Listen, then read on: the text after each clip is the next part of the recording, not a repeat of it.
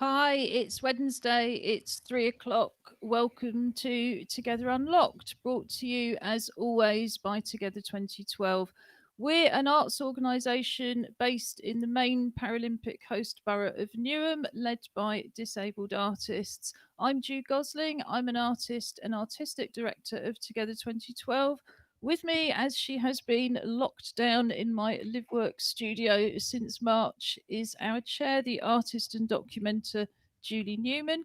And at the other end of our virtual wheeled sofa, all the way in that well known part of East London, Sutton Coldfield, are Rob and Josh Surgener.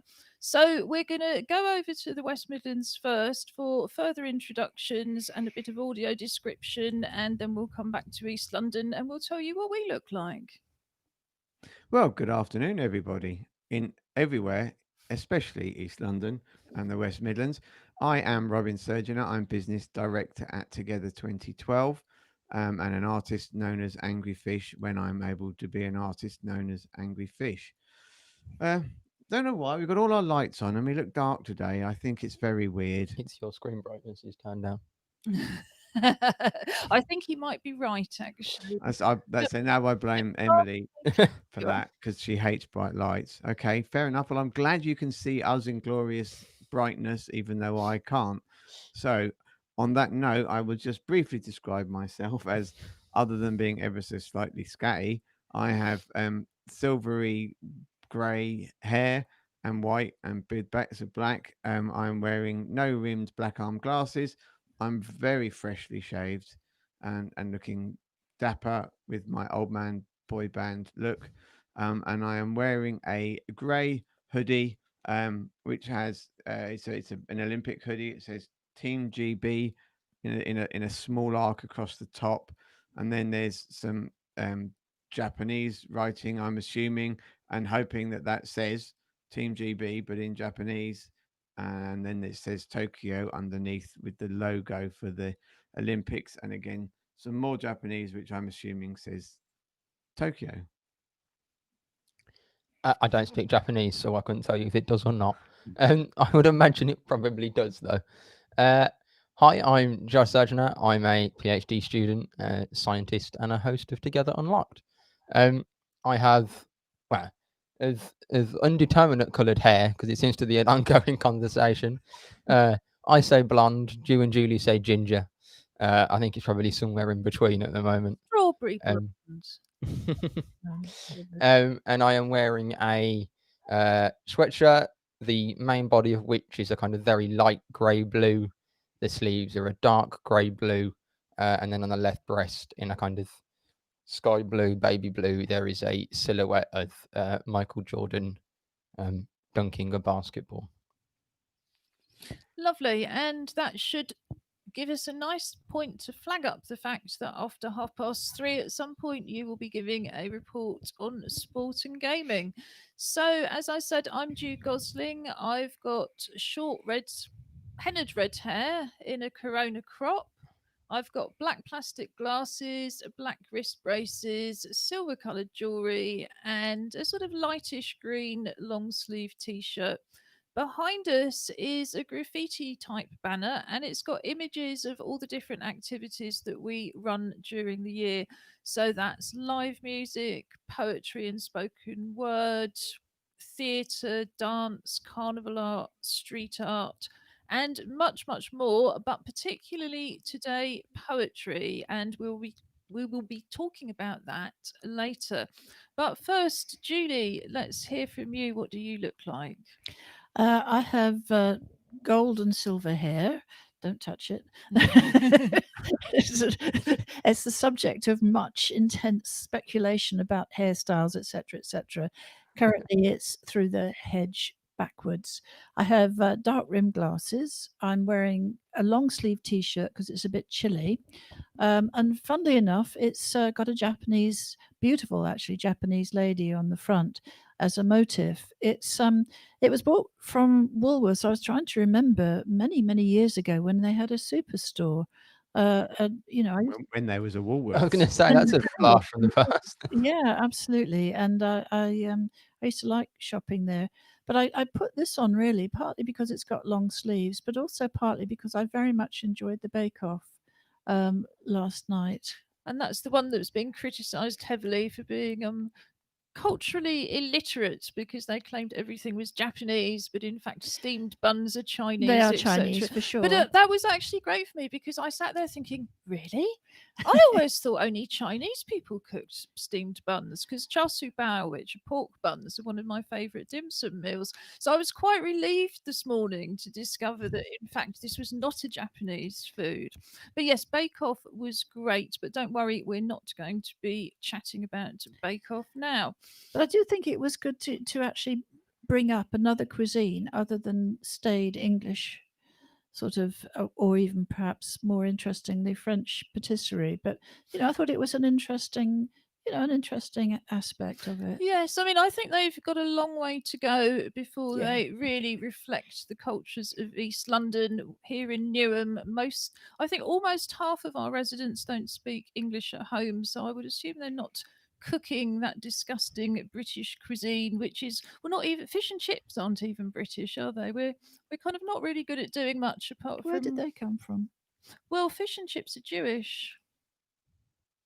What, battered fish? Yes, with chips. Well, you but learn we weren't something new every day. But I don't promise you, we really are an arts program, and And well, I think that from an artist point of view, Sandy Toksvig not being on there is awful because since she was on number 73, Sandy Toksvig I think is an incredible woman, writer, artist, and they haven't got any other comedians on the show as far as I'm concerned.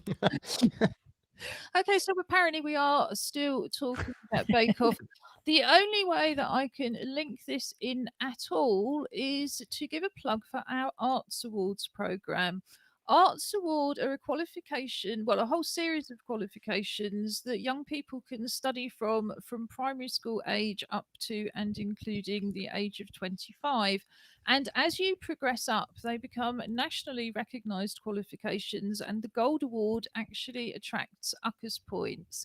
If you have or you are a young person who's not currently being educated in school or college, we have a Study from Home Arts Award program for you with the international artist Hazel Brill.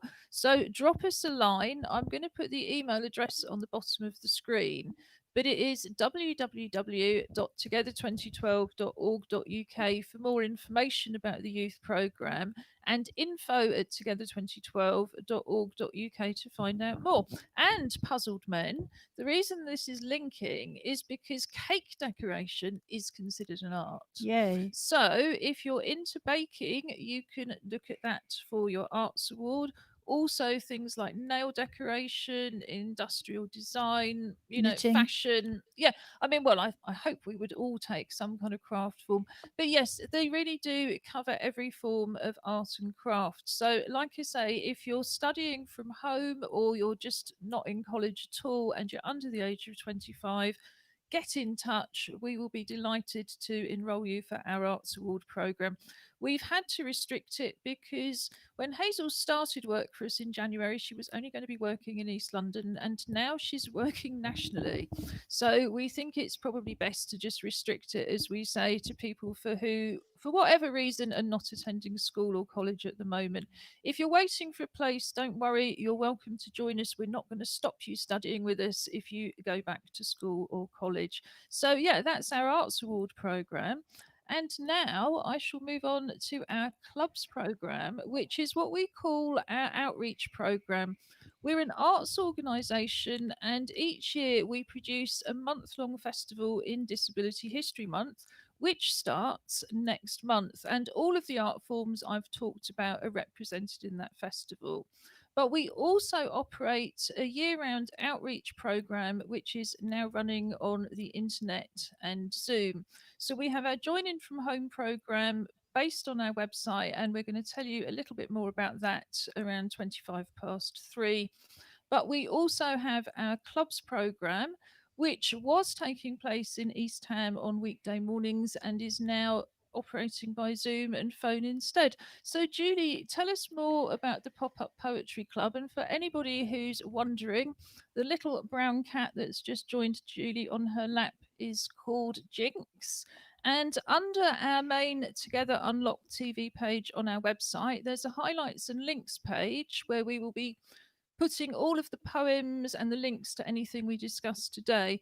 But there's also an animal hosts page if you want to find out more about the animals that wander in and out of the studios at will.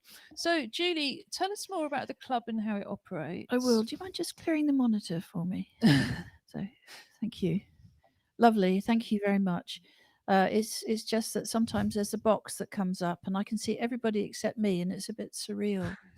Well, I'm afraid it's going to come up again in a minute because The it's necessary. Poetry Club is a phone-in club. It's free phones. We've set up the system. We commissioned somebody to create a free phone account for us. So our engagement support officer, Noel, phones everybody who's Worker. He's not an participating. officer. Well, he's a worker. Sorry, local authority jargon springs in from time to time. This is a tabby officer sitting on my lap. So Noel gives people a ring when they're participating. We all join up, and for the first half hour, we read poems, and then we have a Blake. Sorry, a Blake. I just see Blake come up at the bottom. Yes, I've just added a live chat comment from Blake Original Jarrett Blake, Gibbons we about the did. cat, which says, "Oh bless, I can't lie. I'm an animal lover. One day I will have to send you photos of Ren." Sorry, Julie, it's obviously going to be one of those days for Well, you, yeah, isn't it? well, it's fun. It's full of adventure, isn't it? So Blake actually was one of our poets this morning, which is what threw me, I think, seeing his name coming up as a little auto cue. After we've listened to each other's poems, we then hang up and have a break of a half hour, or actually sometimes slightly under if there's a lot of us, because it takes a little bit of time to bring us all in to the club. And we write our poems, we scribble like little wild people, and then we come back and read our poems to each other, and we invite comments, which are always very helpful, I think. And it's nice. It's a time of sharing, and it's for a couple of weeks now as people join. There's been a sort of like an outcry of yippee, it's poetry. Hello, everybody. And it's so nice. It's lovely. The theme today was the sea. And what if you want to join in from home? What's the theme for next week? The theme from next week is morning. It was thought of really by Alison, who's the who's the Mad tabby jumping around in the background. Who's the facilitator, the program leader, and she sets the theme. She was thinking about it, and she said because the clocks have changed. It's nothing to do with clocks. It's just really about the fact that our experience of morning in the autumn is different from when we're using British summertime. And can I just, for clarification, state that's morning as in time of the day, just because of the times we're living in. So Yeah, it's absolutely. I think it's Thank you, really yes. important. So it's just a jumping off point, the theme, but yes, if you fancy joining in, and if you're interested in joining the poetry group, we do have a few spaces. You don't have to be from East London. We particularly target people who don't have unlimited data or indeed any internet access at all, because, of course, lots of people don't have access to data or enough devices. So, this is why it's a phone based group that we pay for. We're hoping in the spring to launch a Zoom based poetry group that I will lead for everybody who, like me, cannot access voice calls. But at the moment, it's the phone based group. So we're going to hear some of the poems. And all the ones that were written this morning were written by women. So we're going to share them. No, there was one from Blake. But it hasn't arrived, I'm afraid. So Okay. So all of the poems that have actually been sent in to us have been by women. So I'm going to start with one from Taylor Henville, who's also a volunteer, and it's just called The Sea. The sea, to me, calmly breathes like a sigh on the lips. lips to me. The ocean breeze will not ease, it's wild and free, and roars at me. Pebbles and sand in your hand slips free and washes away. With the sea, who knows where next it will be? Thank you, Taylor. Julie, I think you've got one from Alison Marchant, who's an international installation artist, but also works part time as our club's programme leader. Yes, this is by Alison Marchant, called From a Shell. I pressed a shell close to my ear to hear the murmur of distant seas, the saffron beach, all diamond drops, a spade and bucket in Wonderland.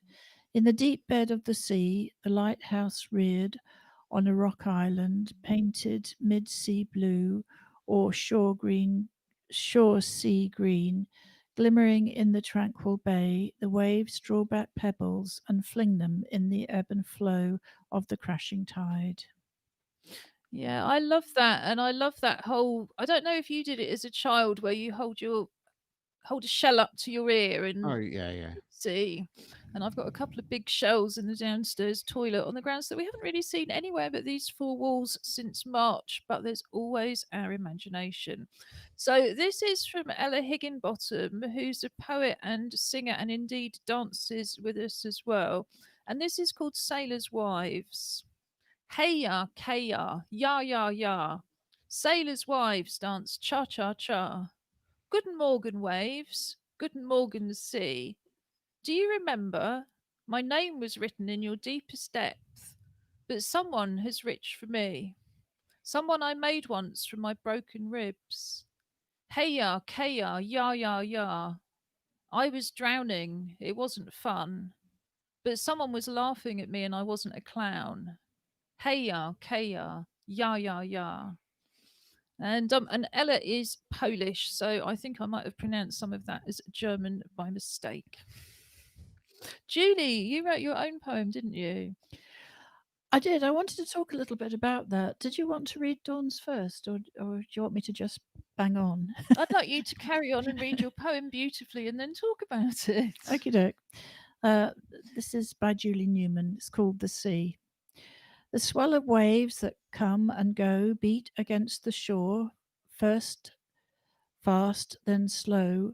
Home, home to where the colours change with the tides, now bright, then strange, and duller than the deepest earth. Their richer life, now given birth, swarms and moves first with the tides, floating about, then swimming, glides through the water on a path of its own. No intent is present but to be blown and guided by the current's force as it moves along a hidden course. The flotsam and jetsam carries in its wake those germs of life that will eventually break free and find a different form to spend the days, swimming now against the tide, against the waves. Thank you, Julie. That's great. Can I just read Dawn's and then we can go on and talk about a bit more about poetry in general? And then we have one from Robin to finish off with. Hooray. So this is called Calming Sea. Hello, sea. It's time to see you again, to feel your calming effect, to have a lovely day with you. And as I run my fingers through the sand, it feels so cozy to look at the seaside. Now I'm thinking to buy a cornet with a flake, and this makes it even more better. Then after eating, I go back to the sea to say goodbye. And I like that idea of the sea as a kind of close friend, although not a very trustworthy friend, by having grown up by the sea. So you wanted to talk about couplets, was it, Julie? I did. I'd been thinking for, actually years, about writing a story using couplets, which is a form of poetry where you have two lines that rhyme immediately. And the meters should be more or less the same. And you can have it so that each line is a poem in itself, has a complete ending. And that's sort of more traditional. Or else you can have it so that the couplet is open and runs through to the next line. And that's called an open couplet. So I've been reading about this for ages and thought, I don't know if I can ever do it. So I thought this morning would be a really good opportunity to try it out as an exercise. And that's what I did.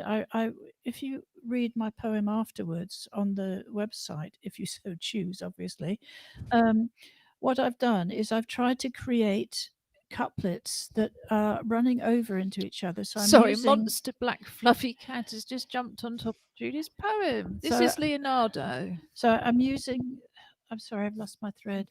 I'm using the open couplet form because it suits me better. It suits. Don't leave him. He's all right. He's not at all right. We couldn't tell the difference between where his fur finished and your hair starts, Julie. That's the trouble. Could Yeah. you put your poem up, Julie, so we can just take some examples and give them a demonstration? No, I don't think so. I think it's all right as it is, isn't it? I mean, it's sort of like I've given a link to Wikipedia, and I know that Okay, the cat's now completely attacking her. I'm going to get the easy reach because I really want to talk about this couplet matter, See, I and can't it's reach it. scheduled.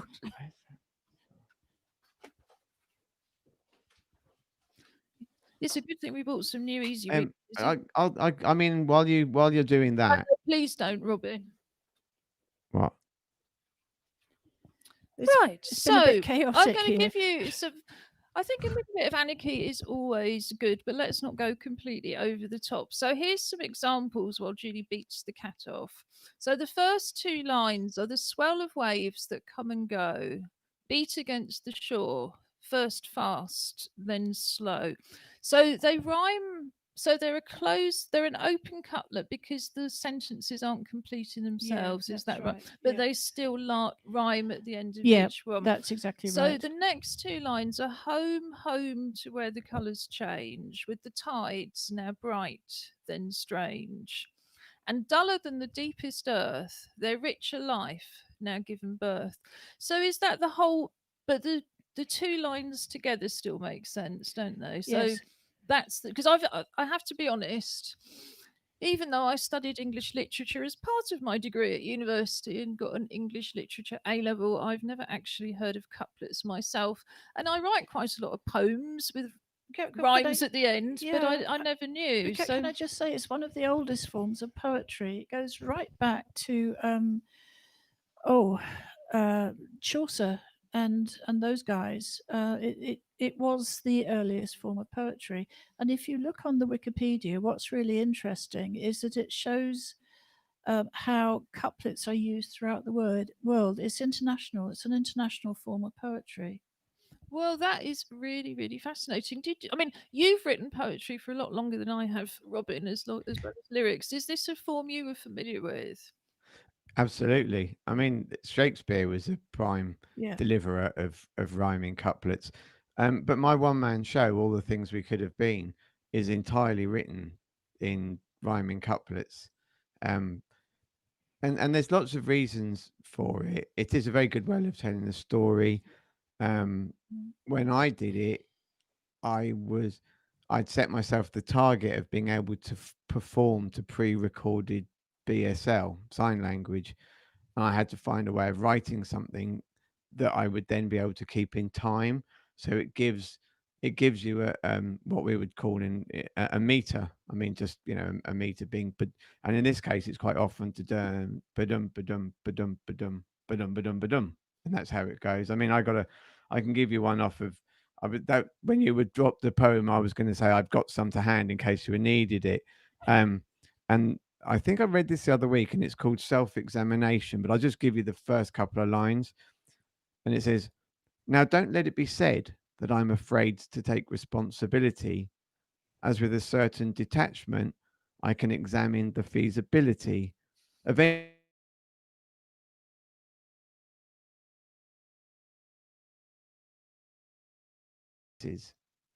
So I mean, that's an extract from All the Things We Could Have Been.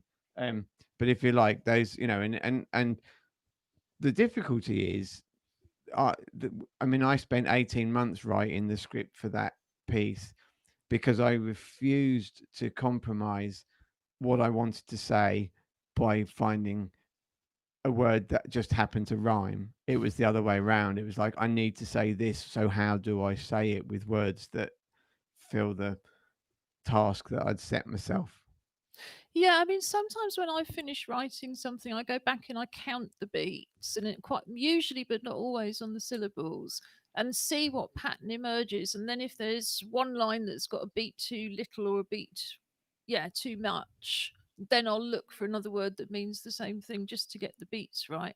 But I think it's time, sadly, because this is fascinating and perhaps something we can take up again next Wednesday, to move on. But before we do that, we have one more poem on the subject of sea, which is your poem Underwater Boy. Yeah, that's correct. I mean, it's probably this was a last minute throw in. It's very much about the sea, but also it was written. It's about a lost soul. Okay, so the underwater boy.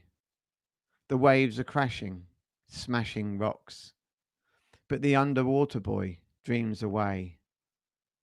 Angry visions of destruction and lies, a peaceless message through the seas relayed.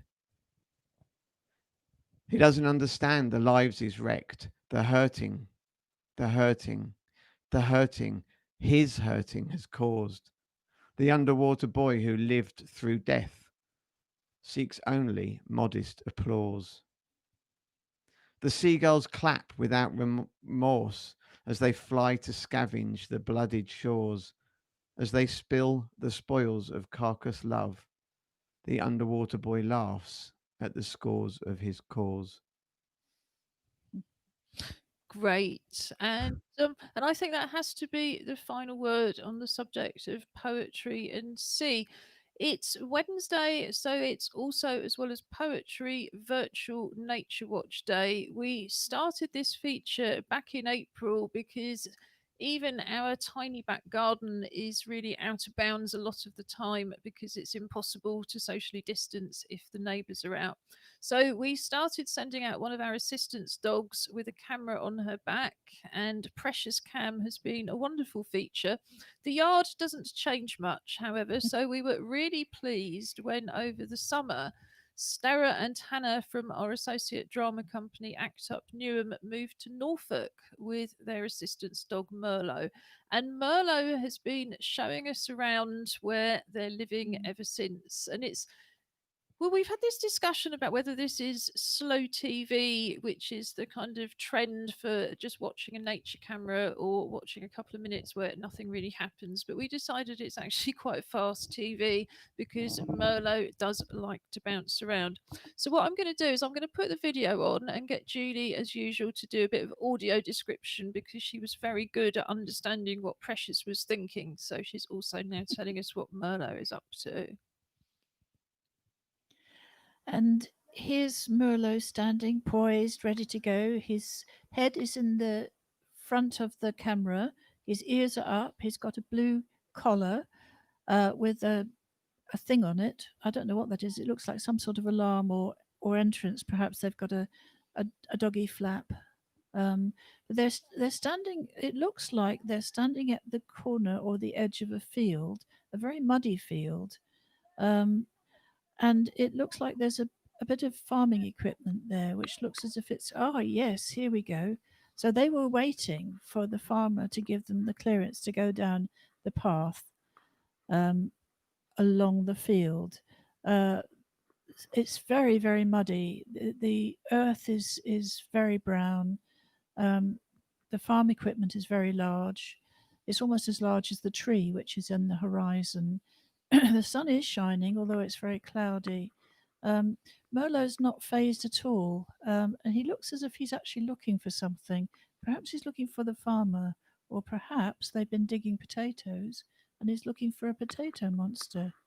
So he's waited for his people and he's walking alongside them, although he's not on a lead. It's awfully wet and muddy. There's a lot of puddles. And he's actually getting a bit of speed up now. I think he doesn't like it under his paws. Although he's because he's sped up, he's waiting now for his out for his people. Sorry, that was Cat getting off. He's really, oh wow, he's got up some speed now, but he needed to have a little shake. The camera's on a frame on his back, on a little harness. So that's why we see his head so much. And as I say, he's paused at the moment. He's still looking at his people. Maybe he is a bit worried about the field being ploughed. Or certainly it's been harvested and it has been ploughed. There's a lot of brown there. He's come to a stop now, and we're finishing the film. But it was really interesting, how he responded to the change in his environment, wasn't it? Well, I don't know where he was trained because he's an autism support dog, but I imagine all the changes in the country. It's not like what we have in Newham. No. So I think all of these different things happening to the fields at different times and different equipment coming in different seasons and different workers, but it's certainly very interesting for the rest of us getting to know this little bit of Norfolk, but only through the eyes of the dog. The cat's now the black cat is now decided to play with the poems in between trying to knock the schedule off. So I think I should move swiftly on while I can still see a schedule. And so we're just going to play you a short video that tells you more about how you can join in from home, including but not only with the poetry.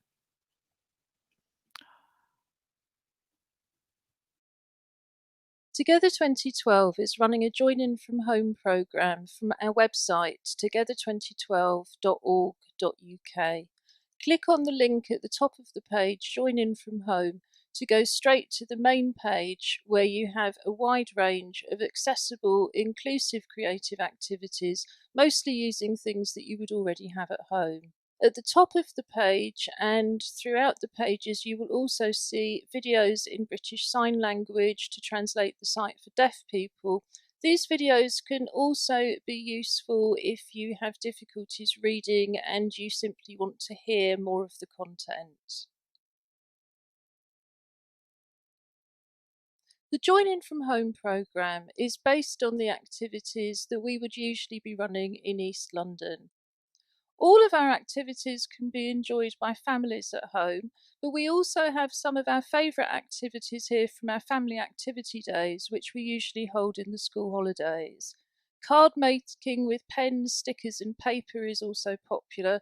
You can show someone you're thinking of them by making them a special card, and if it can't be delivered safely, then send a photograph with a personal message or keep it till later.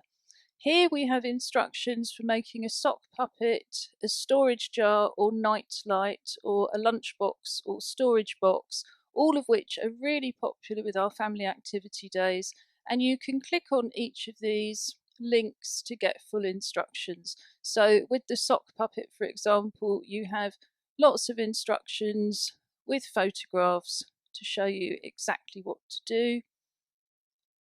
Same with the storage jar.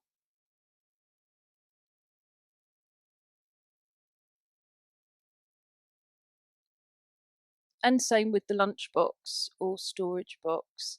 And you can see how effective it is just to use very, very simple techniques. Everyone is completely unique. The Pop-Up Poetry Club meets on a Wednesday morning. We also run regular poetry projects and poetry cafes. We're inviting you to write or sign a poem on the theme of Together and send it to us to share on social media. We're also going to be publishing an anthology of the Together poems in November, and everybody who contributes will get a copy of the physical book.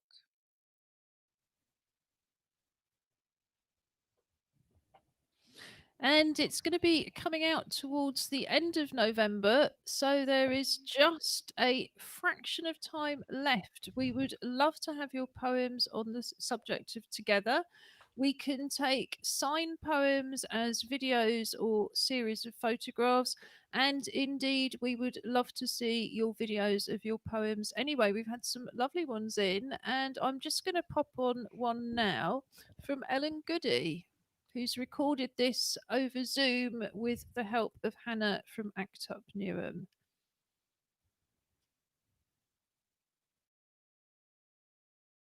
We are strong. Together we can make it. The sun is shining in the sky. Birds are singing in the sky. Children are playing and going to school. We made that happen together. We are best friends together forever.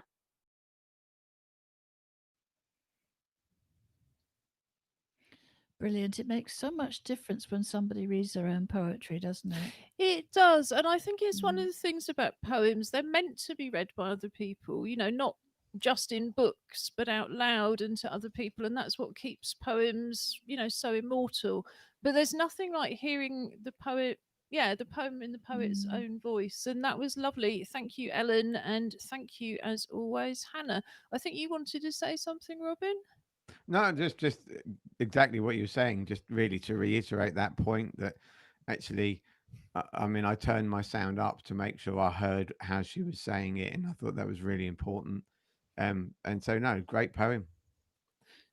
Thank you. I'm just having a few problems with our I like this one. We look big. yeah, well, you stay there for a minute. We've actually got a storm raging in the Yeah. background, which I think is one of the reasons that the internet is not behaving as well, perhaps, as it might. Oh, We sent it down from Monday. We thought it was your Thank turn. you very much for sharing. yes, we just keep passing this weather around. I mean, if you're in Scotland, obviously we're just, soft southerners, and ditto if you're in West Wales. And a big shout out to anybody who's under new restrictions since we were last on air.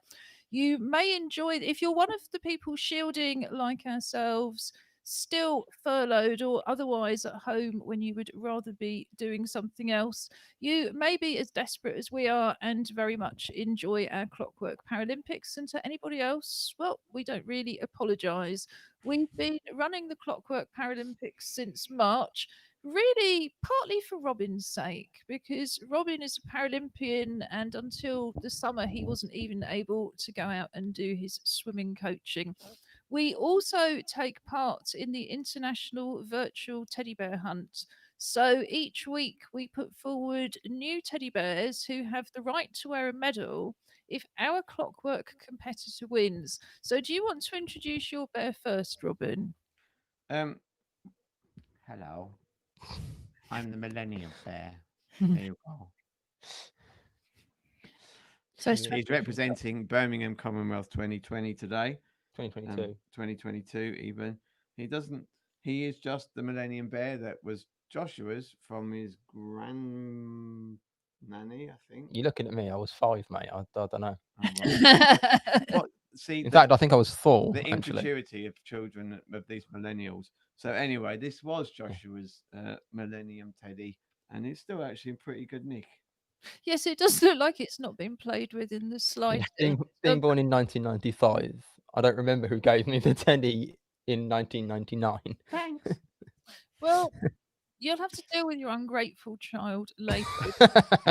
Meantime, we have Liz, the English Heritage Bear. I think Liz has made 1 or 2 previous appearances on this show. I got Liz when I went up to Yorkshire, I think, in fact, for my very first virtual work of art, which was back in 1999. And I worked with an organisation called the Art House to do an artist residency where I was based at home and the other artist was based on the English Heritage Site, Mount Grace Priory. If you want to find out what happens, it's all on the website. But I named Liz rather disrespectfully after Liz Whitehead, who founded the Art House, who were organising the residency. So Liz is playing for our usual gold plastic medal, which is the only medal we have in the house. What's Millie playing for? Sorry. a toilet A roll. toilet roll. This because at these current times, and there were even at this time shortages in Asda of toilet roll, this is as valuable as a gold medal.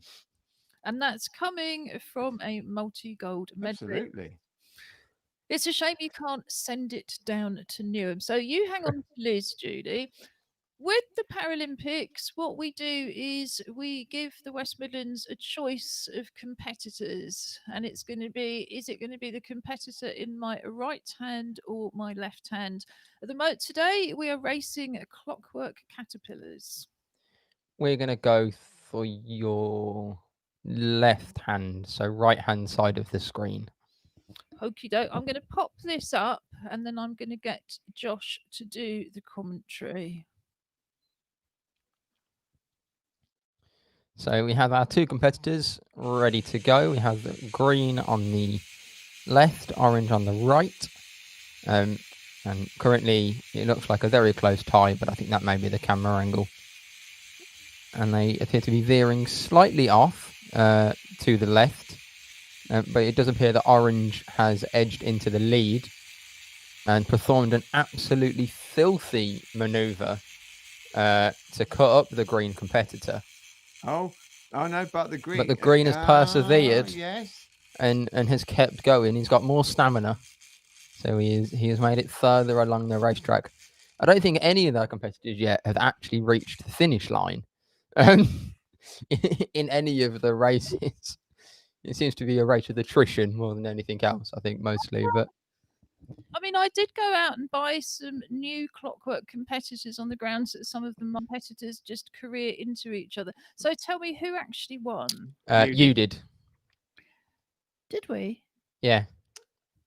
I thought you were going on the right-hand side. It's the right hand side of the screen, released the from the left hand. The actual left hand of the person. Yes, Yeah. left hand, Jew's left hand, right hand screen. Oh, we've won. Yes, Yay. well, I managed to drop my gold plastic medal. So I faff around with the easy reach. You see, it's very good to have an easy reach. You can pick up poems, you can pick up gold medals, you can try in vain to stop the cat taking down all of the magnets off our lovely community fund whiteboard and then removing the schedule. But I think in the meantime, we should hand over to you for some sport and gaming reports. Yeah. So we'll do gaming first because that's probably the larger discussion. I don't know actually. But I did something. It was Sunday evening. So Sunday evening, that I never done before, which was cross play, which is basically allows you to kind of play multiplayer across different platforms of computer games or consoles. So previously, people with Xboxes could play with Xboxes, people with PlayStations could only play with PlayStations. But it's come about in the last few years, and kind of newer games are starting to kind of bring this in, that actually you can play kind of across the different platforms. So I was playing on my Xbox with my mate from school who has a PlayStation. Okay. And there was a couple of kind of technical hiccups in he had to update his PlayStation because he hadn't turned it on in a while. But actually, kind of once we'd all kind of got signed in and got it all sorted, we literally just kind of put my name into his PlayStation to search it, and it worked seamlessly. It was kind of really easy to set up, and there was no kind of issues with connecting or anything, and it worked really well. And yeah, it was really good fun because it's the first time we've ever been able to do it. Because previously we've had different kind of consoles, so we weren't able to play together, apart from when we were in the same house. And I think that's the thing, isn't it? There's so many people who are used to just going around to their mates, and now there's another option. But I just think it sounds great that we could actually plug in our PlayStation and play you at some. Well, you could just trash us or whatever you wanted to on the Xbox, given that we're such beginners. So, are there many games that go across the platforms?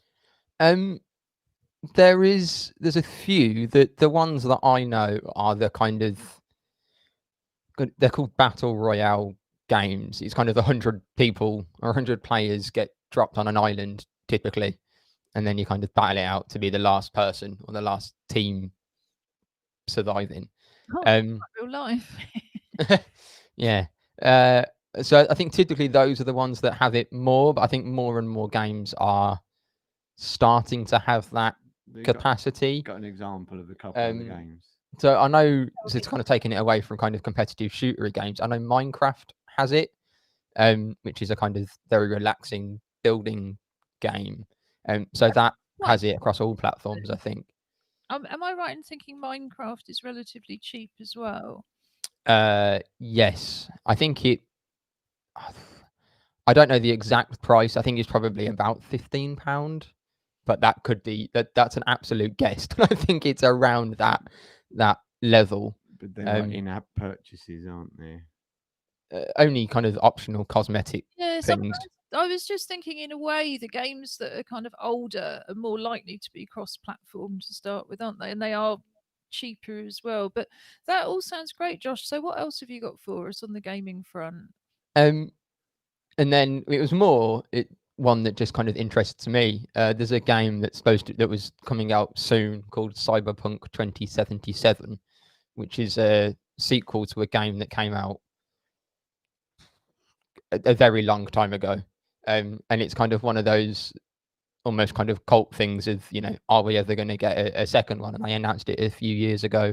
And it's got kind of Keanu Reeves is the main character. So he's done all the kind of the voice acting and the motion capture modeling and things. I mean, it looks incredible. But that's been delayed. They've pushed it back again. And the main reason being is one, they've got to launch it across about 9 different consoles at the same time. Between kind of the old versions and the new consoles, and they've got to try and test it all. And they've said that because we're all working from home, and we have been since March, it's just kind of delayed, slowed down our ability to do it because, we don't have our office with what I imagine is kind of super amazing, very expensive computers that can run all of these things. They've got to do it kind of on their home laptops and things like the rest of us. like the rest of us. So yeah, it's kind of interesting that they're persevering. But is there another reason? Because funnily enough, although I'm not a games person at all, I'd seen the headline and I just, that they actually made a headline that this game had been postponed. And I assumed it was yet another nail in the coffin of the cinema industry and it was a film. So it doesn't have any links at all to the film industry. Not that I'm aware of. I know they've made some kind of short films to promote it. Whether or not they're in the game or not, I can't remember. I think some of them are. But I think it goes to show the level of computer games now that actually you can't tell some of the time between what's a game and what's a film. I know you've done it a couple of times coming in when I've been playing something and you go, oh, what are you watching? I'm like, nothing. I'm playing something. Yes, and of course that's one of the reasons, if anybody's wondering why we cover gaming so much, because as we were saying with arts awards and cake decorating and fashion design and nail art, all of this is, well, not only a creative career, but gaming is definitely one of the best paid artistic careers you can go into. Has it been postponed till after Christmas? No, it's pushed back to the 10th of December, I believe. Parents. Yeah. Whether it gets pushed again or not, we don't know. But I think it's been pushed back to the 10th, from memory, from reading the article. It sounds like the worst of all worlds, where you've got to be able to get it before Christmas. Yeah, I think that's what they're kind of struggling to. At least this year, I won't be having to drive to Nottingham to get whatever it is. I mean, that I do remember, and yes, probably 20 Christmases ago, having to go all the way to Nottingham to buy an electric motorbike because every other Toys R Us had sold out within closer distances. I always love those Christmas films where it's the present and the parent just can't get it, and It's true. it's so absolutely true. Everybody's. I can't bear them. I can't bear the tension. Like, oh no! Oh, it's almost as bad as Bambi, isn't it? The will they, won't they of toy shopping. I tend to assume that you can predict the ending of these Hallmark type films quite easily, Julie. So we should talk about that a bit more on a Monday when our topic is film and photography. So is that it on gaming? And do we have yes. sport? Yeah. So moving on to sport. The Six Nations starts up again in full this weekend, which I'm very much looking forward to, and I'll be dressing up for that on Friday. Just give me a hint as a woman. Rugby union. Oh, I don't think there's. I have lots of female friends that like rugby and are rugby I'm players. sure you But do. there's also Um, women's rugby, isn't there, Josh? yes, there is a women's Six Nations as well that runs concurrently to the men's Six Nation as well. Is that if it doesn't say women, or in the case of football, it doesn't say S after lion, the default generally does tend to mean it's the men's game. So I'm not going to ask you the difference between the two sorts of rugby. We'll just leave it that it's rugby. I'm glad you didn't ask me that because I don't really watch rugby league, so I couldn't tell you. Other than that, One's They are- women and they are- one's men. no. Between I'm assuming you're talking about rugby union and rugby league rather than men and women. Men and Oh, women is okay. the same. Alright. Yeah, they play the same game, don't they? Yeah, in terms of the rules and things for men's, women, and women's men and women's There's rugby, only it's 13 the same. players on a rugby league team and 15 on a union. Yeah. Other than that, I couldn't tell you the difference. Anyway, Um. Don't explain. Yeah. Let him get on with it. Yes. What else was that? Yes. So the International Swimming League is continuing. Match 5 starts on Saturday at 11 o'clock UK time, and that will be available free to watch on BBC Sport live, and then also kind of after it on replay on the BBC Sport website, and I think on iPlayer and Red Button and things if you have smart TVs that can do it. Or you I mean, we're having a great time watching that, aren't we, at the moment? And they've kind of put in some really interesting kind of changes and innovations that haven't been seen in swimming. One of the things they've put in is that there's now live places behind the different swimmers. So kind of on the 50 where it's 2 lengths, it doesn't. You can kind of see who's in the lead. But for some of the longer events, especially for those people that don't really watch swimming, having a kind of big flag behind the swimmer that says this person's in first, this person's in fifth, is really quite useful. yeah, so like superimposed into the Well, lane. no, I'm beginning to get you now, and it's been the case for sailing, which is the sport I do really enjoy for some time, and it makes it so much easier when you've got these invisible lines kind of put across the ocean to say, well, this is the route they're following, and this is the way they've got to go, and so on. Yeah, and it's all kind of ways to make it more accessible and more watchable by people that don't know anything about the sport. So that's continuing, which is good fun. And then the final one was that today, this morning, I think the International Paralympic Committee announced that they are going to be sending a refugee team to the Tokyo Paralympics, which was something that the IOC, the Olympic Committee, did or started in Rio in 2016, and they were doing again for Tokyo. But the IPC have now announced that they're also sending a refugee team. They're going to be supporting them with kind of qualifications and accessing things, coaching support, funding, and they're putting in a legacy program as well, so that to kind of support those athletes after Tokyo to continue to kind of compete and access international events. And it just sounds really exciting. And just to clarify for myself, apart from anybody else, so a refugee team is when athletes who can't compete for their own country because they've had to flee it are able to come together to create an international team of other people in their situation. Yes. Yeah. And that's different from those, for example, Russian athletes that competed in Rio under a neutral. Yeah, it was like a neutral flag. something because Russia were banned. This is a separate thing that you have to kind of be officially Displaced recognized person, as a yeah. refugee by the UN, kind of the UN's definitions of what a refugee is. So I know in Rio, the Olympics, they competed under the Olympic flag. That was their kind of symbol.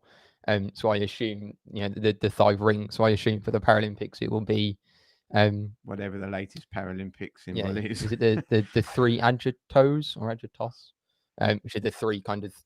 Yes, it took me a long time to learn how to pronounce that, and then I forgot again. But yes, for anybody who doesn't understand the Olympic rings that are so famous, the Paralympics actually use 3 strangely shaped symbols which have a name instead, and they are in red, green, and blue. There, what yeah, there's There's three kind of swooshes, I think probably gonna- describes it best. for anyone who has nothing better to do. If you go all the way back to 1988, there is a very funny interview with me and a fellow athlete called Andy Gilbert discussing for the BBC what the then 5-coloured logo represented. It's I very funny. realise it had changed again. However, we won't get too bogged down in that now. Has anything changed as a result of the different rules? I mean, for example, what has been the impact of the 2-week fire break if you're in Wales on sport? I don't know. I know that in terms of like tier 3 lockdowns, Liverpool kind of gyms and things are closed. I know in Sheffield they aren't. So I think that's kind of down to local authorities rather than Yeah, there a seems national mandate. a work in progress on that one because a lot of gyms have pointed out that they've gone to huge efforts, and have very, very tight procedures in place, and it's a completely different thing than to going into somebody's home. So yes, I believe they're opening up, but there are still, for anybody who's been locked out of their gym, there are still quite a lot of videos and different things around from the first lockdown. So don't give up. There's also a lot of people also still delivering private classes and group classes online for all of us for whom shielding never actually stopped. But do you know, are they still playing sports events behind closed doors? I haven't seen news of any cancellations.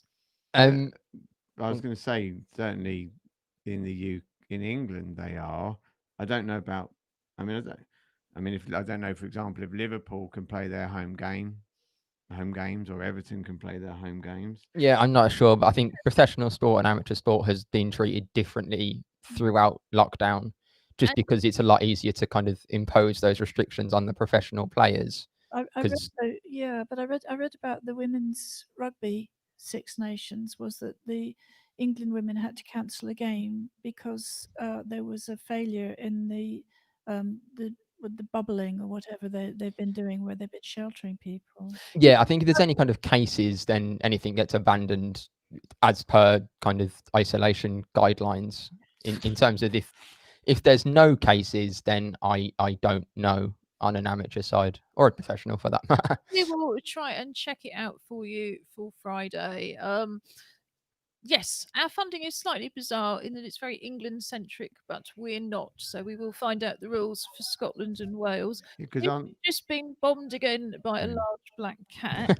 I think that Nicola Sturgeon is today presenting a 5-tier Yeah. thing for Indeed Scotland. so, but we've only got 3 minutes till we finish, and strange things happening outside in East London again. So what I want to do is present our teddy bear with a medal. Well done. Because our teddy bear won again, and we Thank will you. put Liz at the back there.